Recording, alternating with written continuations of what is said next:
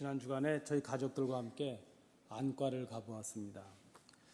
아이들 시력 검사도 할 겸 저도 안경을 바꿀 때가 되지 않았을까 해서 가족들이 한번 검사를 받아보았습니다. 제가 적잖이 충격을 받은 사건이 생겼는데, 항상 소녀 같던 저 사람이 노안이 왔다는 겁니다. 저는 꽤 오래전에 시력이 안 좋았으니까 시작이 되었는데, 그래서 제 스스로 저 사람도 늙는구나 생각을 해보았습니다.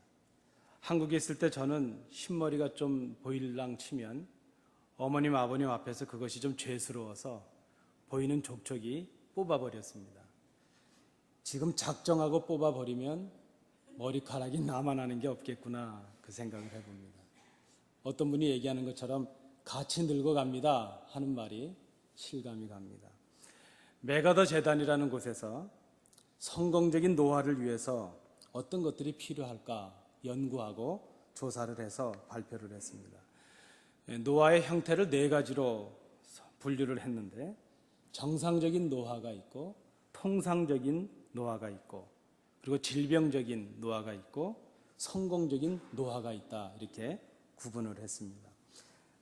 이 정상적인 노화는 normal aging 그렇게 말했는데, 그저 모든 건강 지표나 기능이 정상적이고 질병이나 장애 위험 없이 그렇게 아주 건강한 모습으로 노화가 진행되는 상태를 정상적인 노화 이렇게 말했습니다.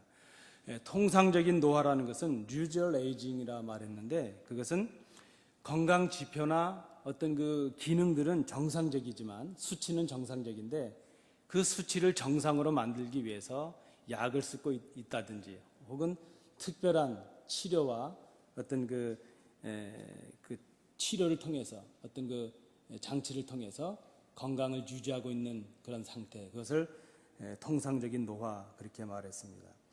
그리고 어떤 그 건강의 이상이나 장애 위험들을 생활 습관을 바꾼다든지 건강을 위해서 훈련한다든지 정신을 훈련한다든지 이런 어떤 그 개인의 선택과 노력을 통해서 정상적으로 관리하거나 적어도 통상적인 정도로 관리하고 있는 그런 노화를 성공적인 노화 이렇게 말을 했습니다. 그리고 질병적인 노화라는 것은 그저 질병과 장애를 통해서 어려움 속에서 노화를 맞이하고 있는 그 상태를 질병적 노화 이렇게 정의를 했습니다. 그렇게 본다면 성공적인 노화라는 것은 어떻게 보면 완벽한 조건에 있다기보다는 그것을 개선해 보려고 노력하는 그 자체를 성공적인 노화라 이렇게 말한 것으로 보여집니다.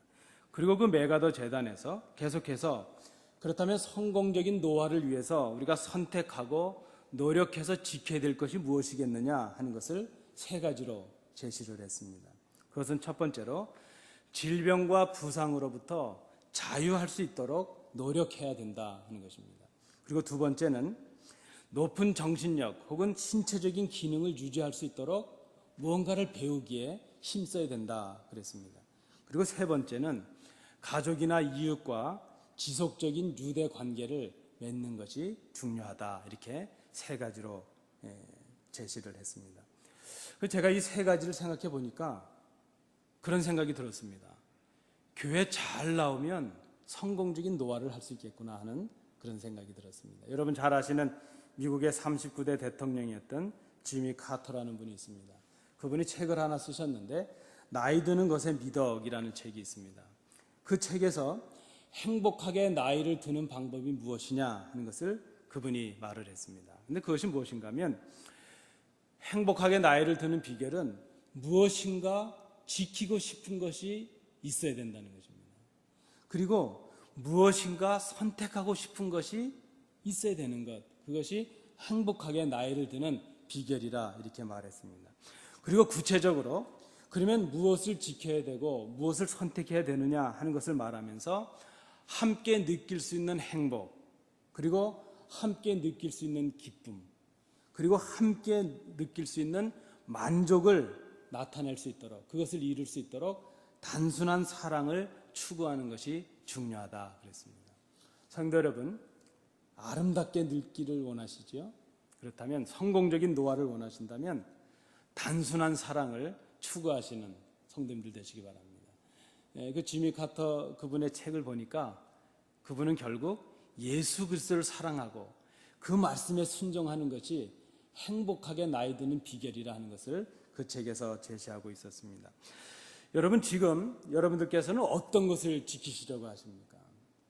이것만은 꼭 지켜야 되겠다, 이것만은 내가 꼭 선택해야 되겠다 하면서 살아가고 계시는 것이 있으십니까? 어떤 분은 보니까 내가 다른 건 다 참아도 짜장면 먹을 때 고춧가루 못 넣게 하는 건 못 참는다, 그런 분이 계시더라고요.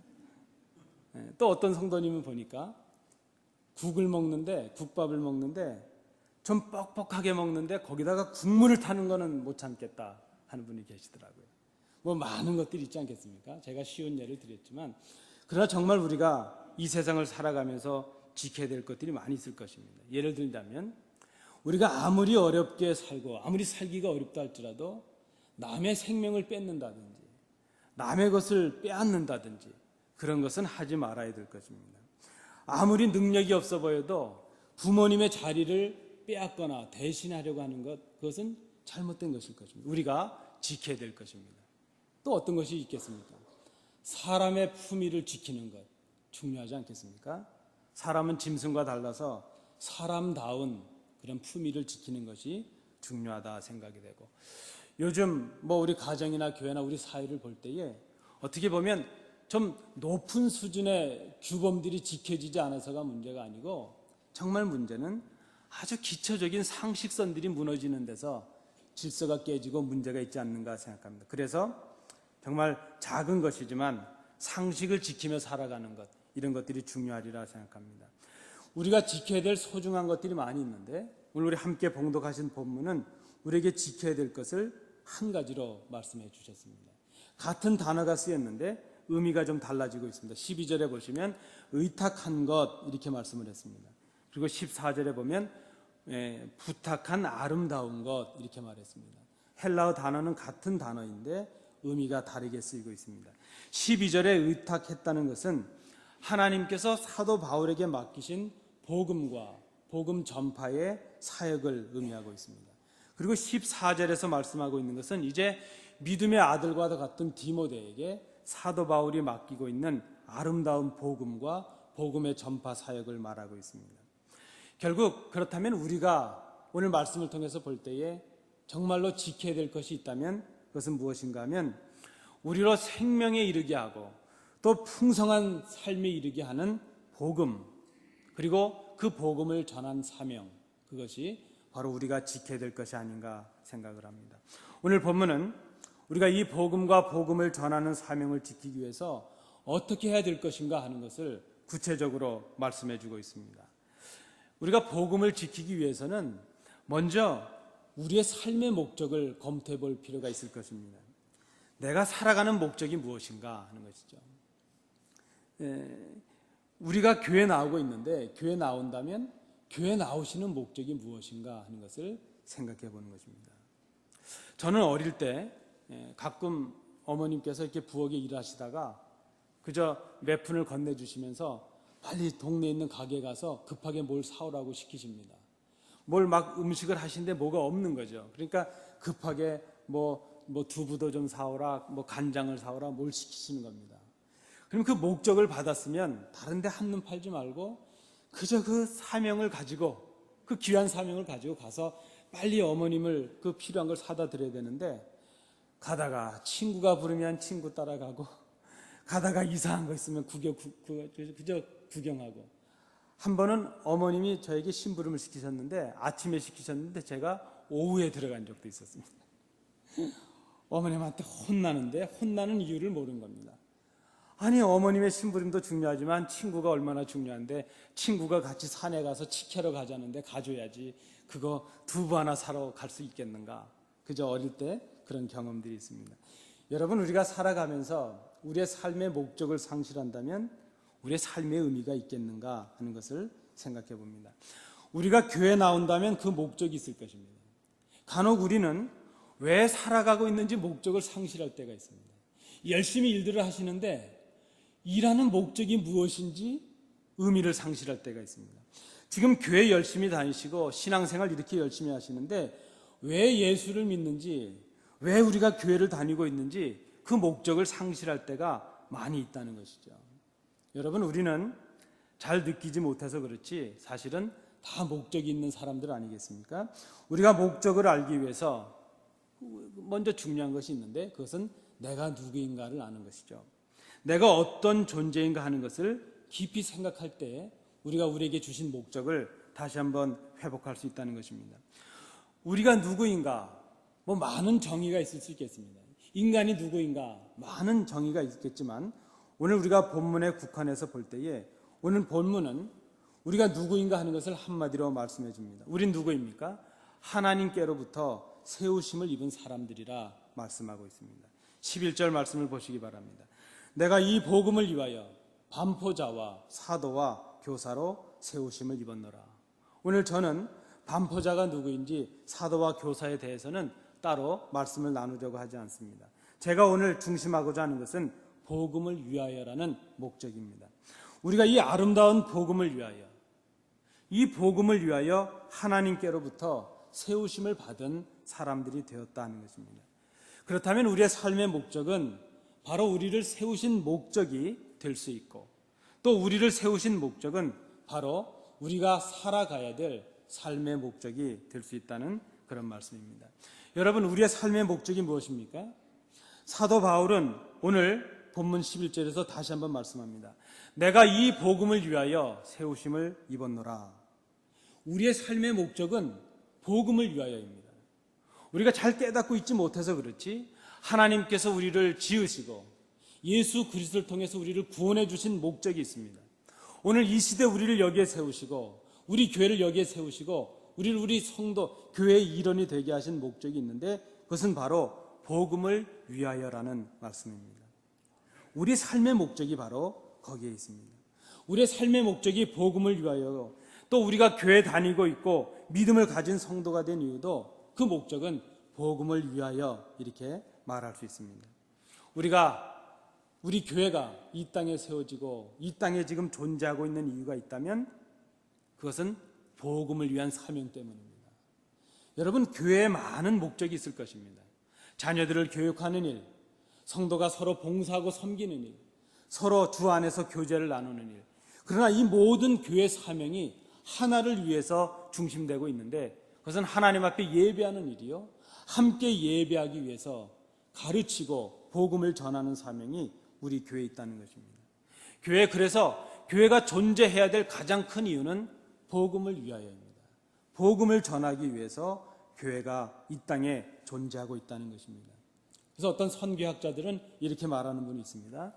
선교하지 않는 교회는 이미 교회가 아니다, 이렇게 말하는 분도 있습니다.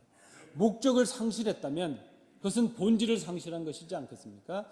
소금이 그 맛을 잃으면 그저 길에 버리우고 땅에 밟히게 될 것입니다. 우리 교회가 복음의 사명을 감당하지 못한다면 목적을 상실한 교회가 되고 만다는 것입니다. 오늘 본문은 계속해서 복음을 위하여 하나님께로부터 세우심을 받은 우리들이 어떤 삶의 내용을 가지고 살아가야 될 것인가 하는 것을 말씀합니다. 복음을 위하여라는 목적을 어떤 방법으로 이룰 수 있느냐 하는 그 내용입니다. 복음을 위하여라는 그 목적을 이루기 위한 방법이 무엇인가 하는 것이죠. 어떻게 하면 우리에게 맡겨주신 그 복음을 지키고 그 복음을 전하는 사명을 잘 감당할 수 있겠는가? 그것은 한마디로 말하면 그리스도 안에서 이렇게 말할 수 있습니다. 오늘 본문 13절은 이렇게 말씀하고 있습니다. 너는 그리스도 예수 안에 있는 믿음과 사랑으로서 내게 들은 바 바른 말을 본받아 지키라 말씀합니다. 복음을 위하여라는 그 목적을 그리스도 안에서라는 방법으로 이루라는 말씀입니다. 여러분, 그리스도 안에 거한다는 것이 무엇입니까? 그리스도 안에 있다. 그것은 예수 그리스도를 믿음으로 그리스도와 인격적으로 하나가 되었다는 것을 의미합니다.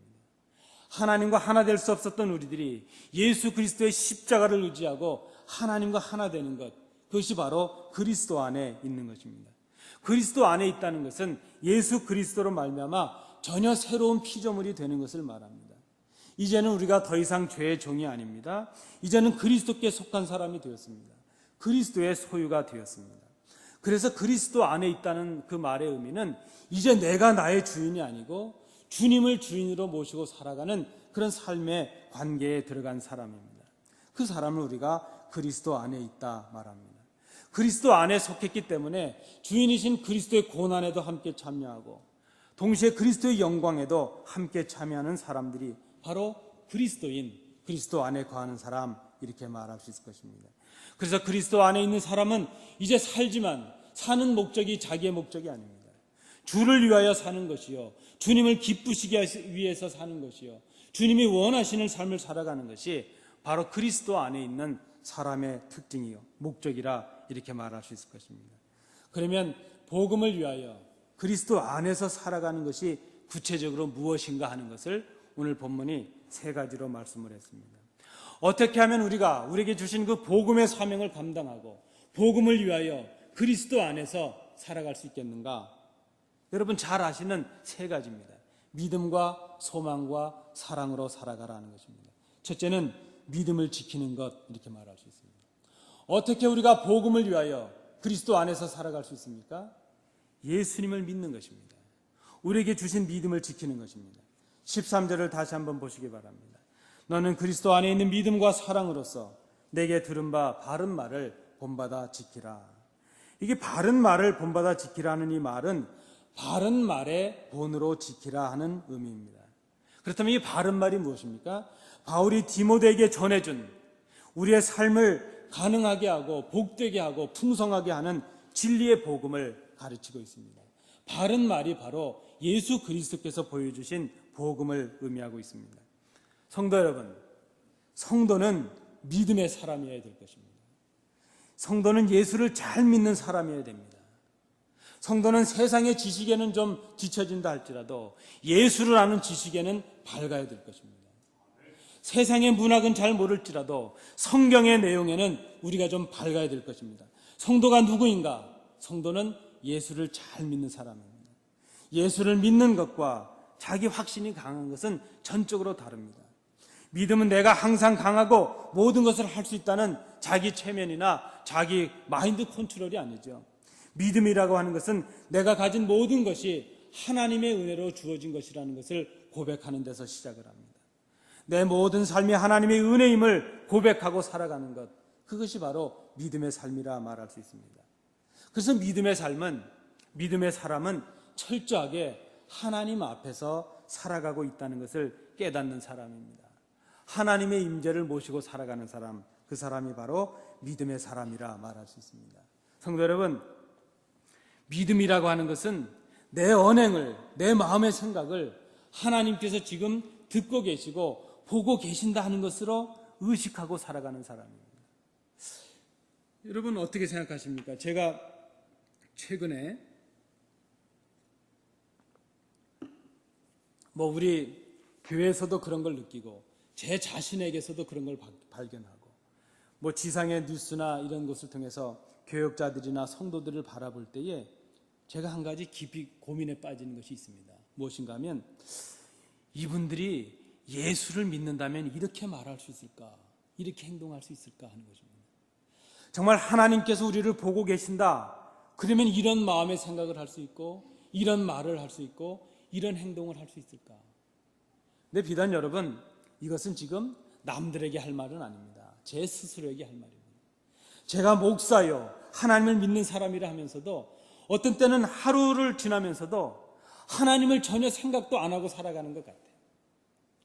중요한 결정을 앞둬도 하나님께 의뢰하지 아니하고 하나님이 내 생각과 내 마음을 알고 계신다는 것을 깨닫지도 못하고 그저 내 마음대로 말하고 내가 하고 싶은 대로 하고 내가 가고 싶은 대로 가는 그런 전혀 하나님과 무관한 삶을 살아가는 사람이 아닌가 하는 것을 생각할 때가 많이 있습니다. 믿음의 사람은 어떤 사람입니까?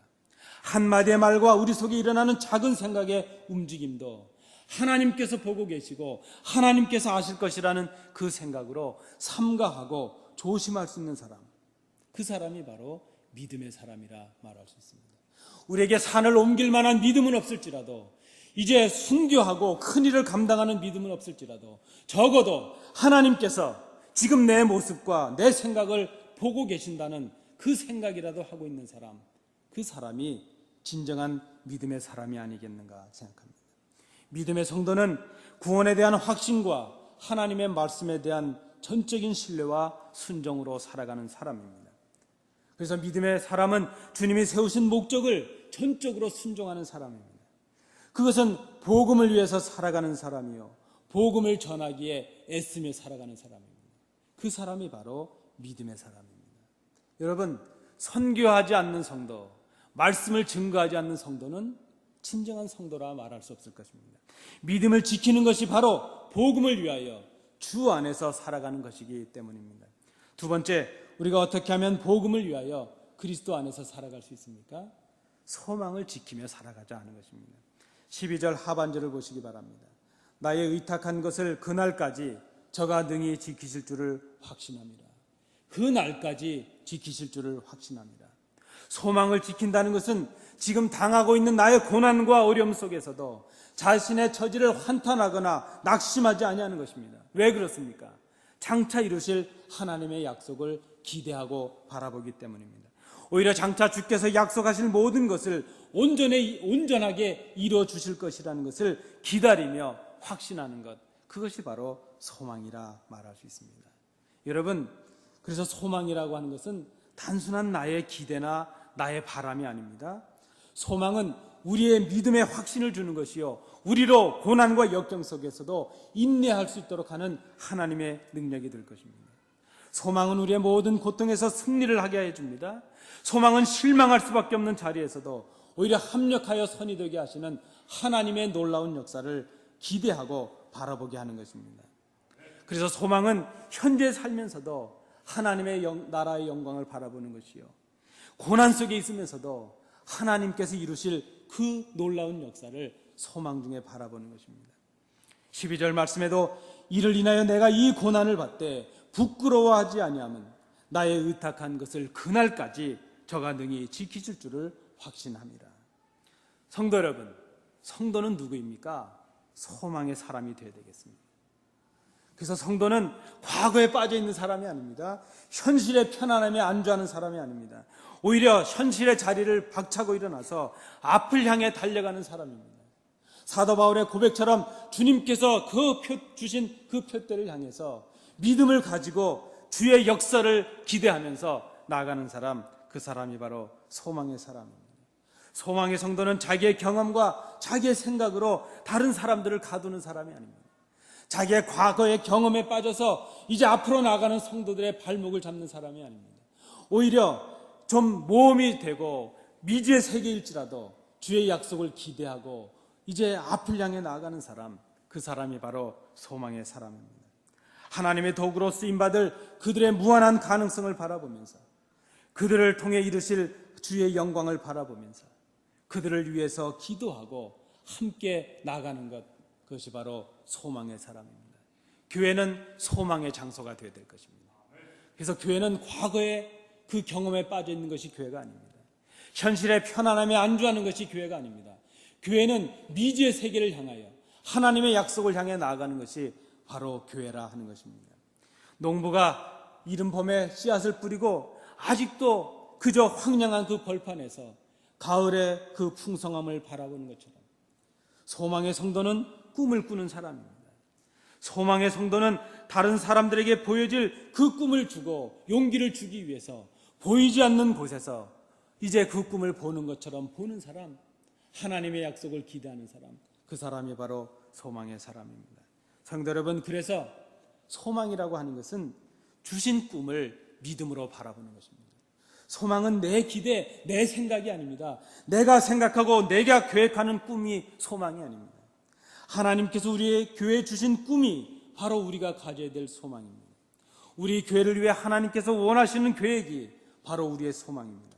그것은 복음을 위하여 우리를 세우시고 우리를 통해 이루실 주의 역사가 바로 우리의 소망이 되어야 될 것입니다.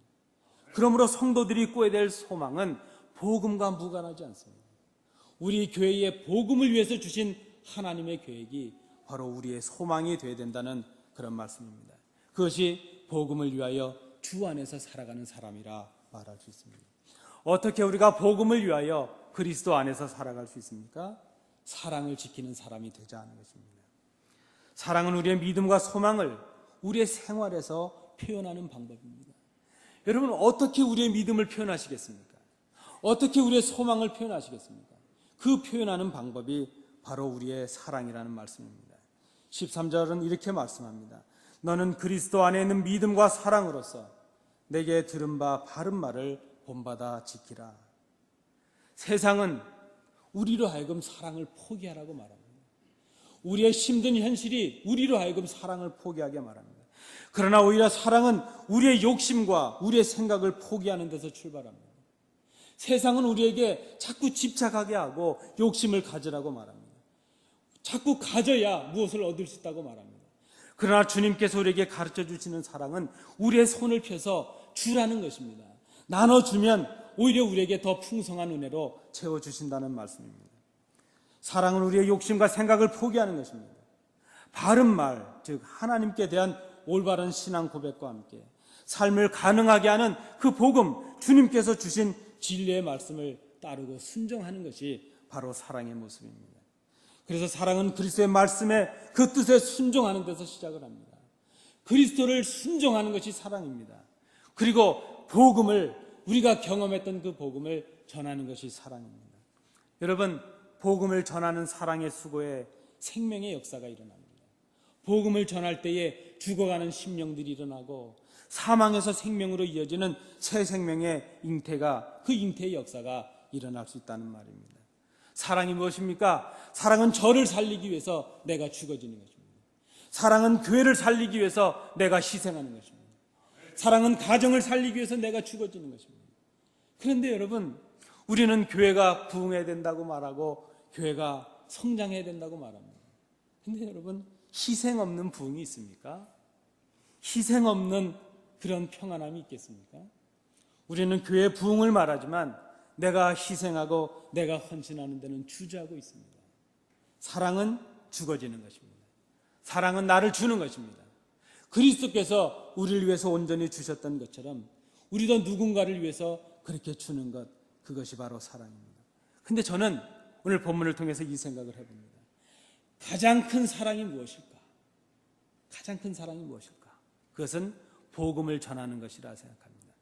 아직 주를 알지 못하는 그들에게, 영원히 죽어갈 그들에게 새 생명을 주기 위하여 예수 그리스도의 복음을 증거하는 일, 그것이 바로 가장 큰 사랑이라 이렇게 말할 수 있을 것입니다. 가장 큰 사랑은 예수를 잘 믿는 것이요, 우리가 믿은 그 예수를 증거하는 것, 그것이 바로 가장 큰 사랑이라 그렇게 생각을 합니다. 선교하지 않는 교회는 사랑을 포기한 교회라 이렇게 말할 수 있을 것입니다.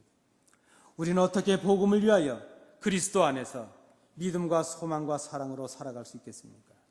우리가 어떻게 우리에게 부탁하시고 맡기신 그 복음 전파의 사명들을 감당하며 살아갈 수 있겠습니까?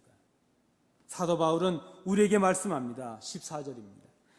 우리 안에 거하시는 성령으로 말미암아 내게 부탁한 아름다운 것을 지키라. 주님의 일을 감당한다는 것은 참으로 어렵습니다. 여러분, 주님의 일은 우리의 힘으로 하는 것이 아닙니다. 주님의 능력으로 하는 것입니다. 할 수도 없습니다. 주님이 아니시면 내가 아무것도 할 수 없는 연약한 존재임을 깨닫는 것이요, 그것이 바로 은혜요 능력입니다. 오직 우리 안에 임재해 계시는 성령을 통해서 복음의 진리를 행하며 복음을 전할 때에 주의 역사와 경험, 능력이 우리에게 나타날 수 있다는 것입니다. 여러분, 우리 교회가 부흥하길 원하십니까? 선교하는 교회가 되어야 될 것입니다. 우리가 복음을 증거하는 교회가 될 때에, 복음을 증거하기 위해 애쓰는 교회가 될 때에 복음을 위하여 필요한 사람도 보내시고 필요한 물질도 주시고 필요한 능력도 허락해 주실 줄로 믿습니다. 오늘 우리는 2014년을 위한 선교 작정을 하게 될 것입니다. 이것은 복음을 지키고 전하기 위한 우리의 노력이 될 것입니다. 교회의 목적을 이루기 위함입니다. 이 일이 믿음의 일이요, 소망의 일이요, 사랑의 일입니다. 그리스도 안에서 우리가 해야 될 사명이라는 말씀입니다. 선교하는 일, 작은 것을 선교하는 일, 복음을 위하여 증거하는 일, 이것이 복음을 위하여 우리에게 주신 사명이요, 그리스도 안에서 믿음과 소망과 사랑으로 해야 될 우리의 일이라는 말씀입니다. 오늘 이 말씀을 다시 한번 기억하시기 바랍니다. 평생을 복음과 그 복음을 전하는 일을 위해 살아온 사도 바울입니다. 이제 순교의 일을 앞에 놓고 믿음의 아들과도 같은 디모데에게 사랑으로 이 편지를 쓰고 있습니다. 복음을 위하여 그리스도 안에서 믿음과 소망과 사랑으로서 복음을 본받고 지켜나가라 하는 것입니다. 이러한 삶을 인하여 고난을 받아도 굴하지 말라는 것입니다. 어떤 희생이 있다 할지라도 복음을 위한 희생이라면 기쁨으로 감당하라는 그런 말씀입니다. 여러분, 우리의 시간과 물질의 희생 없이, 우리의 몸과 물질의 헌신 없이 어떻게 복음의 역사를 이룰 수 있겠습니까? 우리의 희생 없이 어떻게 우리 교회의 부흥의 역사가 시작될 수 있겠습니까? 오늘 우리가 이 선교 작정을 하면서 작은 것에서부터 우리의 헌신이, 우리의 믿음이, 우리의 소망이, 우리의 사랑의 수고가 시작될 수 있기를 간절히 원합니다. 여러분, 우리의 삶의 목적이 무엇입니까? 여러분, 무엇을 위해서 살아가고 계시고, 무엇을 위해서 교회를 출입하시고, 무엇을 위해서 예수를 믿고 있으십니까? 복음을 전하지 않는 성도는 성도가 아닙니다. 말씀을 전하지 않는 교회는 교회라고 말할 수 없을 것입니다. 그 목적을 이루는 우리의 방법, 우리의 가치가 무엇입니까? 우리가 지켜야 될 것이 무엇입니까? 복음을 위하여 그리스도 안에서 믿음과 소망과 사랑으로 감당해야 될 복음 증거의 역사가 바로 이 시대 우리가 감당할 우리의 귀한 사명이 된다는 것을 기억해야 될 것입니다. 우리의 목적은 복음을 전하는 데 있습니다. 우리 교회가 세워진 목적도 복음을 전하는 데 있습니다. 복음을 전하는 사명이 우리 교회의 목적입니다. 하나님께서 이 시대 이곳에 우리를 세우신 목적도 복음을 위하여, 그 일을 위해서 우리를 세워주셨습니다. 그 일이 그리스도 안에서 믿음을 지키는 길입니다. 그 일이, 복음을 전하는 그 일이 우리의 소망을 지키는 일입니다. 복음을 전하는 그 일이 바로 우리에게 보여주신 사랑을 지키는 일이 된다는 것을 기억해야 될 것입니다. 사랑하는 성도 여러분, 복음을 전하는 그 일을 믿음과 소망과 사랑으로 감당하시는 주의 자녀들이 되시길 바랍니다. 기도하겠습니다. 은혜로우신 아버지 하나님, 오늘 저희들이 2014년을 생각하며 선교 작정을 하겠습니다. 이 일이 복음을 위한 주님의 일이요, 우리에게 주신 사명인 것을 생각합니다. 이 일을 위해서 교회를 세우셨고, 이 일을 위해서 우리를 이 자리에 세워주셨습니다. 순종함으로, 믿음으로, 소망으로, 사랑으로 이 일을 감당하는 저희들이 될 수 있도록 인도해 주시옵소서. 우리 교회가 그 수레 안디옥 교회처럼 복음의 역사를 회복함으로 부흥하는 교회가 되게 하시고, 주님 앞에 기뻐함을 받는 교회가 될 수 있도록 주님 인도해 주시옵소서. 은혜를 감사드리며 예수님 이름으로 기도하옵나이다. 아멘.